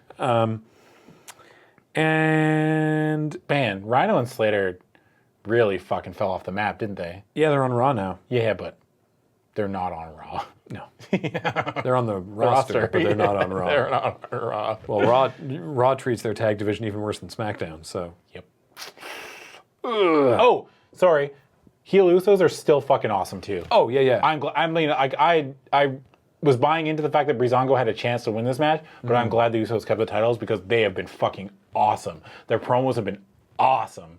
They do this thing where they're talking about, oh, it's that feeling when the hair is raised on the back of your neck and the paranoia sets in, and it's like, oh, you're not seeing things. That's the Usos, and they're coming to get you. It's like, yeah, fuck yeah. It's like, get them, Usos. Yeah, get them. Then we mentioned that Sami Zayn did not win the number one contender match. And so what is he doing? Well, he's having a match with Baron Corbin. Yeah, because Baron Corbin doesn't like the way that Sami Zayn just coming in and doing what he wants to do. Yep. Right? Baron Corbin just doesn't, Stone Cold doesn't like people. Yep. Which is fine. Fine. That's a fine character to have. Yeah. So this is not a long match. Basically, like Baron Corbin just attacked Sami backstage, right? Like after the number one contender triple threat for the U.S. title. Mm-hmm. That's where it kind of started. Yeah. And then they've just carried on from there. There's some really good like subtle stuff in the match. Just like these guys are both great and they worked off each other really well in this match. There's like some subtle selling from Sami. The best part, which was not subtle, was Sami Zayn does like a cool looking like flip counter. Well, he's gonna go do the plancha. Yeah. And then he does that thing where he just like rebounds off the ropes and does like a backflip. Yeah. And then Corbin just starts sarcastically clapping. He's like, "Oh, that's really impressive." Yeah. And it's just like It played into his like that's so good. The like I hate the indie darlings thing that Yeah. Corbin kind of like is part of his character. It's so great. Was that the match of this show? I think it probably was. Oh, this? Yeah. No. Kevin Owens, AJ Styles was Kevin match Owens. of the show. Kevin Owens, AJ Styles was on this card. Yeah. Did I miss that? Oh, I totally did. I'm sorry. Did we skip over it? Nope. No, it comes up. No, it comes after. It's upcoming. Yeah, no, this match Well, was great, it was though. the match of the night And- so far. Sami Zayn wins a match. Yeah. Sami Zayn won a pay-per-view match. 1-on-1. All right. Next up, the world. Don't get eliminated. Right, you are, Ken. Next is the. Did we make that joke during Elimination Chamber? I can't remember. Yeah. We fucking blew it. Podcast over. Might as well quit. I'm gonna write in my note. I'm gonna make a note on my phone. I mean, if this recording fails for some reason, there's a high likelihood. I'm gonna make a note that says Next year for Elimination next Chamber. year for Elimination Chamber. Just do the whole thing as Vic Romano and Kenny Blankenship from MXC. I'll get a fan that I can like smack your shoulder in agreement. Oh. The SmackDown Women's Championship. SmackDown Women's Champion Naomi teaming with Charlotte and Becky Lynch versus Natalya, Carmella, and Tamina. No. Their name is. Oh, I'm sorry. The Welcoming Committee? Right? Yeah. Yeah. It's not good. Why? Not a good name because they're tired of people coming in and just getting title shots right away. But Tamina's brand new. They're tired of people coming in and just getting title shots right away. But Naomi and Graham, Charlotte and Becky have been there for... Absurd. They're tired Okay. of new people coming in and getting hot-shotted to the top, like Charlotte. Right, but Charlotte's a multi-time champion and was undefeated on pay-per-views for a large portion of... Okay.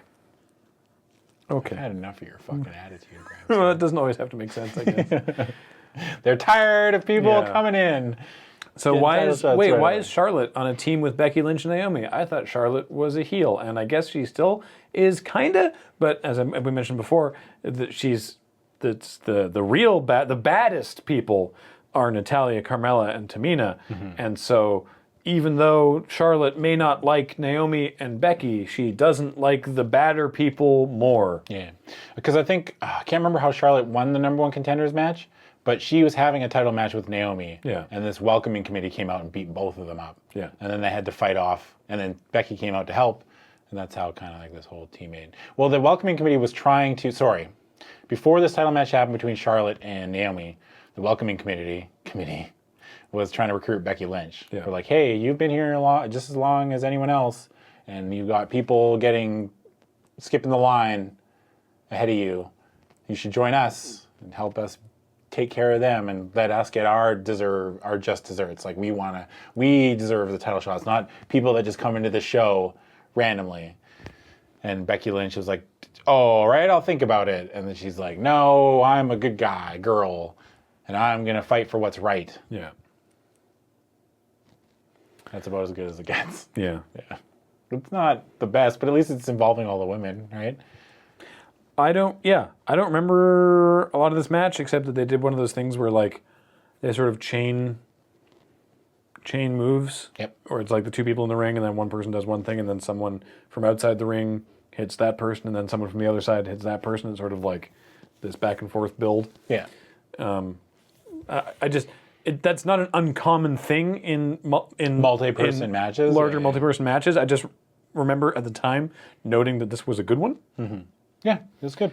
Again, sorry for not. Again, for the, it's like for a the month and a half specifics.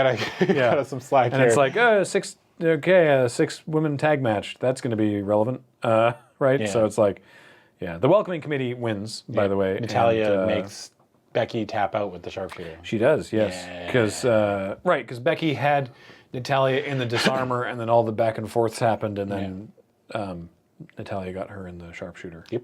And I'm annoyed that Tamina is they've changed Tamina's ring Just gear. Nia Jax. Yeah, they've changed her ring gear and her character, and it's basically just she's Nia Jax on SmackDown, except that she doesn't look nearly as physically imposing. So she's just sort of, she's just not as good she's not as good at being Nia Jax as Nia Jax is. And to be fair, Nia Jax had a lot more practice. So, it's sort of a letdown in that regard, but hopefully they will do something better with her. So I don't know, man. I don't know. Like, this was just kind of like a holdover until leading to the next. This was like a catalyst for the next SmackDown pay-per-view, which is Money in the Bank. Yeah. And they used this storyline to leapfrog into what the storyline is now, and it's a full first ever women's Money in the Bank match. I'm so stoked. Which is going to be awesome. So stoked. So stoked. Which is all 6 looking forward women, to except it. for the champ. Well, it's all 5 women that are involved. Yeah. Yeah, should be good. Next, the United States title match with Kevin Owens defending against AJ Styles, as you mentioned. So, AJ Styles, still a heel, just like we talked about with Charlotte. Well, the thing is, he's still a heel, I would even though he was always getting cheered. I argue the official character turn happened when he shook Shane McMahon's hand after the match.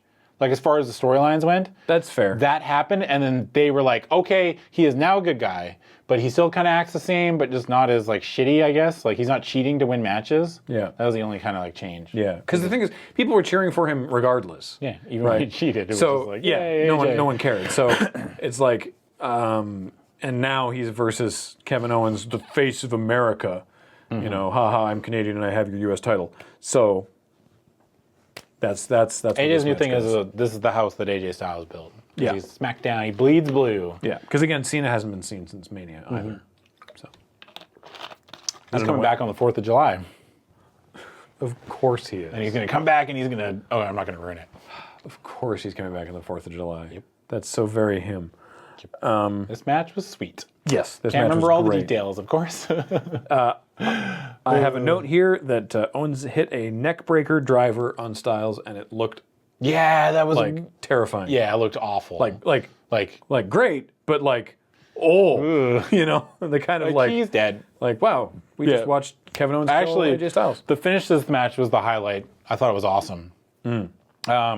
Oh yeah, right. Well, like, they had played up, Kevin Owens attacked AJ Styles' knee like the week before, the Go Home episode, and they were playing up this whole match like, how is AJ Styles' knee? And AJ even failed a springboard move when he tried to do it because his knee gave out, which I think is awesome. I love stuff like that, like when they work a body part and then it stops them from doing the move like that they're known for. I love it. Which rarely happens. Ring psychology, it's so good. So they're fighting outside the ring, and they clear off the table. And I think AJ Styles is going for... AJ Styles signals to go for the Styles Clash on the table. Mm-hmm. And Kevin Owens slips down and slaps at AJ Styles' leg. And AJ Styles' leg falls into... The injured leg falls into the hole where the monitors go on the tables. And he gets stuck. So that's how... And then AJ Styles gets counted out. Never seen that before. Yeah, it was awesome. It was so good. And it just keeps foot the through the feud table. going. And it makes Kevin Owens look... kind of smart. Yeah, to be honest. So Owens wins crafty.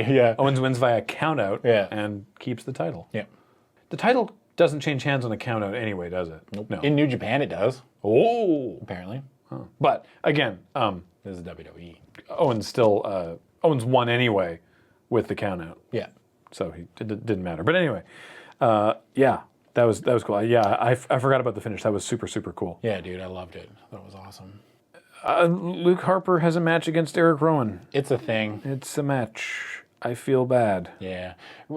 Eric Rowan has this thing where it's like he gets his power from his masks. Yeah. But the shitty thing was, in this match, he goes to draw power from his masks and then immediately lost the match. So it's like, He's like your trying to powers get to are the mask shitty. the whole time. Yeah. And then he gets to the mask, and then Harper's just like, I beat you. Yeah. Wee. And it's like, It's like the Undertaker's earned, but the opposite. yeah. It's way shittier. And I really like Luke Harper. And Love Luke Harper.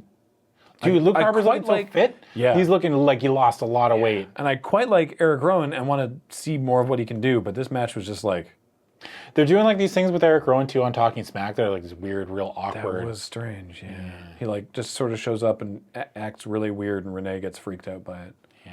It's also just like, They needed to ditch the mask thing because it just reminds us of the Wyatt family, right? Like, yeah, it's which is weird because it's like they're having this more evidence that WWE just did not think this through, because they're fighting over, basically they're having a grudge match because Harper left the Wyatt family, but Bray Wyatt's on fucking Raw. Yeah. So Rowan's got nothing, and it's like, anyway. It's a match that happened fucking like 6 months too late, basically. I mean, they were all injured. Like they just went through like a cycle of injuries, like between Harper and Rowan. They were never really active at the same time. Yeah. And they were like, we need to tie this up for whatever reason. Yeah. This loose end, the WWE decides that this loose end is the one they need to tie up, right? Yeah. So they're like, okay, just put in a match and we'll get them off each other. I'm assuming that's what it's like. I don't know. I might be wrong. And finally, your main event. Jinder Mahal Yes. challenging Randy Orton 2017. for the WWE Championship In with the Singh brothers at ringside. whose caloric intake is lower on a pole match. Fuck right, I forgot that's how I was going to introduce the podcast today. It was Adam versus Graham in a podcast tied to a kendo stick being held by Sean Meat Stasiak on a pole match. Yeah. And then the winner of the match is whoever unties Meat. Oh, Meat's blindfolded. Yeah. So you untie Sean Stasiak from the pole. Put him in the ring. And then you vocally guide him to hit the other person Yeah. with the kendo stick that has a podcast. Which I'm assuming is just an iPhone Presumably. playing the podcast. Yeah. And if you get hit with that, you lose. Yeah. We're basically perfect bookers. Yeah, exactly. That match is money. I'd watch it. What's Sean Stasiak doing these days anyway? Come on. We looked this up. Yeah, he's a chiropractor in Texas. Anyway, so there's like, let's go Jinder sucks chance. First of all, good on you, Jinder Mahal. Yeah. I hate people that are like, he doesn't deserve this. Are you telling me that if WWE came up to you and you're a wrestler and be like, hey, we want to put you in a program with Randy Orton for the world title, you would be like, no, my character would never do that. It's like, no, you'd be like, yes, please, thank you. Okay, we want to make you world champion. Yeah. Yes, please, thank you. Okay, I will do my best. Yeah. So, yeah, the contents of the match basically don't matter. The Singh brothers, who are both like 5'6", yeah, so look really small compared to Randy Orton, Randall. attack him. He like chucks one right over the announce desk, drags the other one back to the ring to do like his like middle rope drop DDT thing. And the other one runs up and he kicks him. So he's got both of them. He's got both the Singh brothers under his arms, and does like wham, does the double drop DDT. But he's distracted enough by that that Jinder Mahal runs around the back, hits his fucking awful finisher, and wins. And Jinder friggin' Mahal, against all expectation, is the WWE champion. You want to know what my headcanon is? Jinder Mahal, The Colossus. who had just been in kayfabe. That's his finisher. The Colossus? Yeah. The Colossus. Which means like the end in Yeah. Punjabi or Sikh or... Punjab or Hindi. I can't Hindi? remember. I can't remember. Okay, so my headcanon. Jinder Mahal just got embarrassed in front of millions of people at WrestleMania and the week after And then, by virtue of having no other options available, they put Jinder Mahal into this 6-pack challenge for a #1 contenders match. Jinder Mahal is like, I am tired of being embarrassed. You know what I'm going to do? I'm going to get some outside help to help me overcome this bad streak, or maybe even just my poor abilities. Like I might not be good enough. You know what I mean? So I'm going to get some help. So he gets the Singh brothers to help him win these matches. And that's why I think it's okay as far as like a character development. They didn't explain any of this. They didn't say like outright, this is why I did this. This is me filling in. This is my headcanon. This is me filling in the blanks. And even then, it was rushed. Yeah. And and not to take anything away from Jinder, but it was rushed because WWE is looking to expand into India. Yeah. And which is fine. This is the thing. Yeah. It is a marketing decision. Yeah. Every champion they ever have is a marketing decision because they pick people that are popular and that they think will sell merchandise. Yeah. This just happens to be a marketing decision that's not aimed at you. It's aimed at India. Get body, North America. It's true, right? Every champion is a marketing decision. Well, it's like, I totally agree with you. It feels really fucking weird to me, right? To see Jinder Mahal, formerly of the 3-man band, formerly of losing every match and getting bonked by the Braun.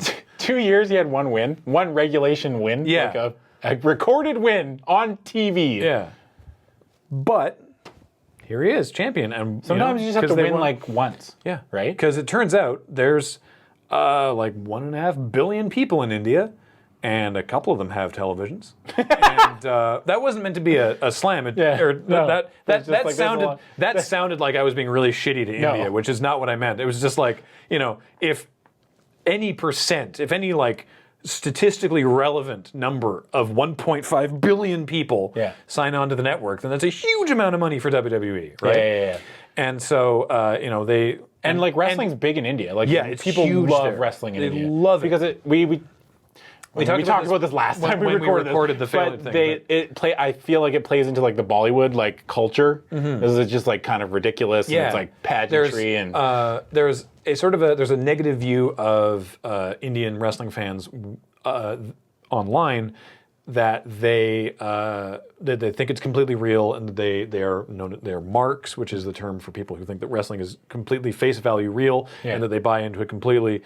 And the reason that's a negative thing online is because, of course, everyone online is an elitist asshole, and they're like, oh, look at these stupid Indian people who think it's all real.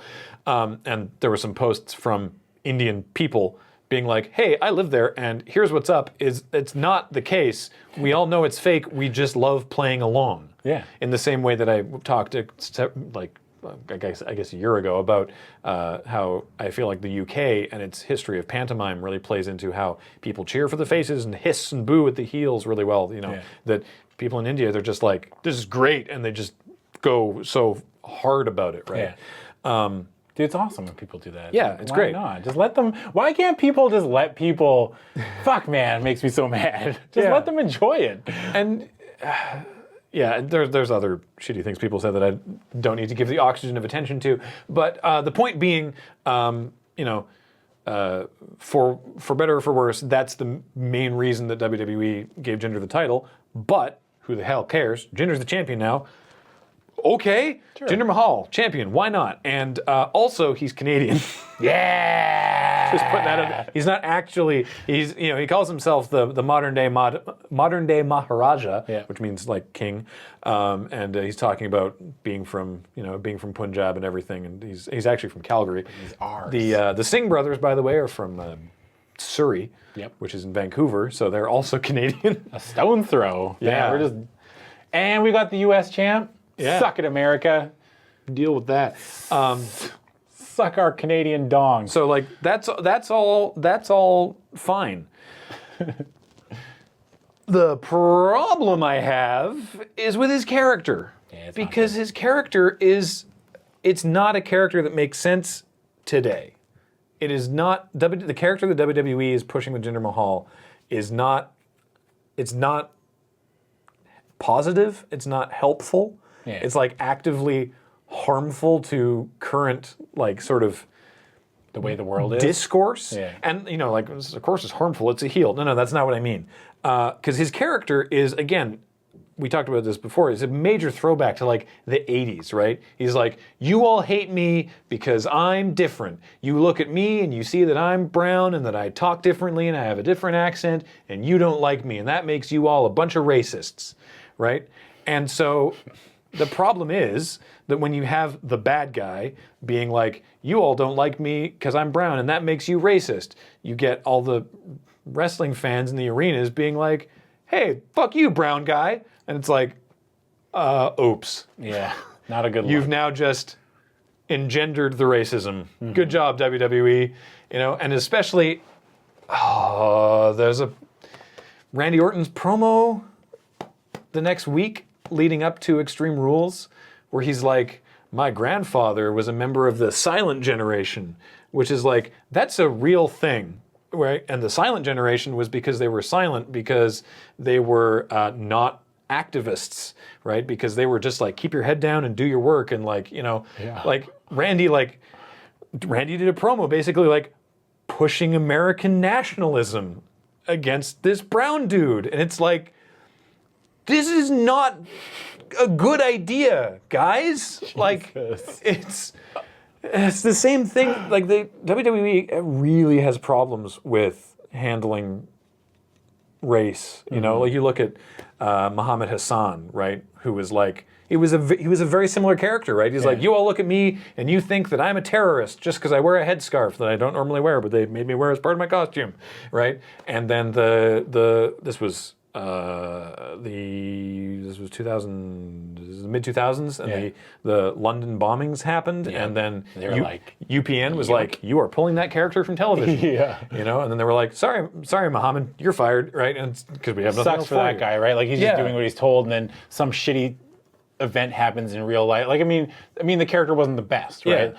It's not his fault, though. Like, I was so happy some years ago when Jack Swagger and Zeb Coulter were being the real Americans, right? Yeah. And they were like, stop immigration, keep out the Mexicans, and they were the bad guys. And I was like, holy shit!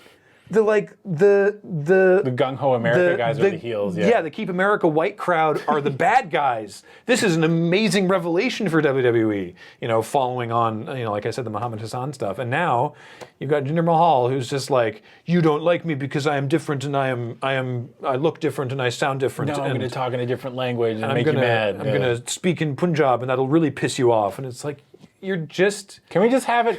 You guys are all mad because I eat less calories than you. Like, can't we just have that? Why does that have to be Jinder's entire character? Yeah. Right? Your writers are hindering Jinder. calling himself the modern day Maharaja is pretty cool. It's pretty sweet. I also had this great, like, after he won the title, the next week on Raw, they had this cool, like, Indian celebration. With, like, that was amazing. Yeah, the it was crazy awesome. part of that is that they had these people in like traditional dress playing traditional music and coming out, and they changed his. Thank God, I was talking about this. This relates to the Schinsky thing. Yeah. They changed his big screen graphics. Before it was just his name in papyrus, and it made me so mad. And now it has like this cool, like sort of this like really cool design. Yeah. And I love how much stuff like that tilts you. It's like my favorite. yeah. And but and that looks sweet, and the music was so cool because Yeah, it was rad. Indian music is rad. Yeah. And these people were performing it live, and it was great, and everybody was like, All right. "Hey, that was really cool." And then Jinder comes out, and they're like, "Oh right, boo." Yeah. I guess. Yeah. But people were like, "Shit, that was." Can we clap for them? Yeah. I know that this is like Jinder's coronation, but that was really impressive, and I kind of want to give him props for the performance. But like, and then you've got Jinder saying stuff like, "I'll take this title and I'll wear it proudly around my waist at the Taj Mahal," and it's like, the Taj Mahal is a mausoleum. Like it's One step weird. One step forward, two steps back. Yeah. So anyway, Jinder Mahal, is he still champ? Yep. Jinder Mahal. He has a rematch with Randy Orton at Money in the Bank. But John Cena's coming back to defeat the evil anti-American heel. Oh, God. Yeah, John Cena. Rescue us, John. 17 title reigns. 17 title reigns. Hogan, come back and save us from the Iron Sheik. Yeah. Cena, save us from Jinder. Because you know fucking John Cena outdies Jinder. You know he does. You know it. True. He's not as vascular as Jinder. Nope. No. Jinder's very veiny. Veiny. I hope Cena just hits a Hogan leg drop during the match just to, like, really fire home. The fact that they're just, this is what we're doing. Yeah. And I mean, I know that there's a certain, that like Vince has a certain amount of opinions about the fans that sound like contempt when taken in a certain context about how we have like low short-term memory, and that's why they recycle certain storylines and stuff all the time. But like, snore. Resident sleeper. Yeah. Someone said that once and I didn't know that was the emote. The emote? Yeah, and I was like, what does that even mean, resident sleeper? what? Yeah. That's the problem, is I don't have an exhaustive encyclopedic knowledge of Twitch global emotes. That's why I didn't understand. I do. That's why I didn't understand Jabated for the longest. Oh, that's my favorite one. Yeah, someone was like, Jabated. And I'm like, what does that mean? Yeah. I'm sorry, Mr. Bailey. Alex Jabailey. Jabailey's the full He last name? runs CEO, which is a fighting game kind of like Yeah. thing. Yeah. The emote looks like James Ellsworth. It does, yeah. Yeah. That's who I thought it was originally when I saw it. I was like, James Ellsworth, you got an emote, finally. It's like, whose channel is that? And I was like, oh, it's a global emote? And I was like, Jabated. Oh, I got it because I'm big into fighting games, so I caught it immediately. But anyway. So, there you go. That was Backlash Yeah. for 2017. Payback, Backlash. Better late than never, right? Backlash. Yeah, better late than never, finally. Sorry it's taken so long, but Hey, man, life happens. that's how it goes. Yeah. Hopefully, like, at some point, we're going to be able to set things up that we'll be able to record. Like, I want to figure out a way to record vidcasts in a place that isn't here, so that, like, on Mondays when they're doing Tinker Tailor, we can still do stuff, and different things that we'll come back to that later. It doesn't matter. The point is, if you want to tell me that no, actually, the House of Horrors match was great, or if you want to call me a filthy SJW for my opinions about Jinder Mahal, hit me up on Twitter at Graham_LRR. And if That's me. I don't know, I can't think of anything interesting like that If you to say. want to tell Adam that no, the House of Horrors match was actually bad.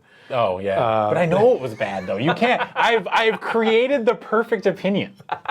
You can't refute it.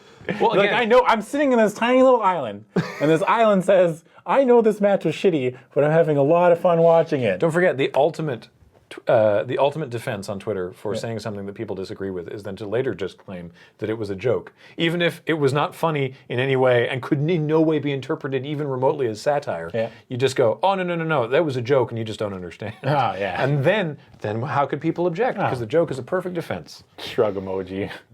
I've been getting really cranky about certain things recently. How's it going? You can find me on Twitter. right. At Wake Up Super. Right. And also, as always, this content is brought to us, to you, by you. Patreon.com/LoadingReadyRun. Please check it out. We really value your support because it lets us not only do this, but everything that Loading Ready Run does. Everything. And I have no idea when this episode's going to come out, but Adam streams on our channel sometimes at twitch.tv/LoadingReadyRun, and so do I We also. do all the time. Every day there's something. Yeah. So that was like nearly 2 hours again. So woo! We did it. I'm going to go get some food. Yep. Thanks for watching, everybody. Bye. Bye.